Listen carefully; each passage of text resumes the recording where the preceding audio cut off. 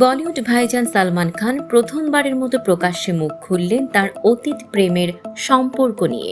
দীর্ঘদিনের নীরবতা ভেঙে এবার জানালেন কেন টেকেনি তার বহু আলোচিত প্রেমগুলো। সম্প্রতি কাজল ও টুইঙ্কেল খান্নার টক শোতে অংশ নেন সালমান। সেখানে উঠে আসে ঐশ্বরিয়া রায় বচ্চন, ক্যাটরিনা কাইফের সঙ্গে তার সম্পর্ক ভাঙার প্রসঙ্গ। সালমান খোলাখুলি বলেন, যখন সম্পর্কে একজন সঙ্গী অন্যজনের তুলনায় দ্রুত সাফল্য পায় তখনই সম্পর্কের ভেতর সমস্যা শুরু হয়। এ সময় কাউকে না কাউকে নিরাপত্তাহীনতায় ভুগতে হয়। সম্পর্ক টিকিয়ে রাখতে চাইলে দুজনকেই সমান তালে এগোতে হবে, কাউকে যেন অন্যজনের ঘাড়ে নিঃশ্বাস ফেলতে না হয়। দীর্ঘদিন বলিউডে গুঞ্জন ছিল খারাপ ব্যবহার ও রাগী স্বভাবের কারণেই ভেঙেছিল সালমানের প্রেম, কিন্তু তার সাম্প্রতিক এই মন্তব্যে ইঙ্গিত মিলছে ভাঙনের আসল কারণ হয়তো ক্যারিয়ারের উচ্চতা ও পারস্পরিক অনিরাপত্তা।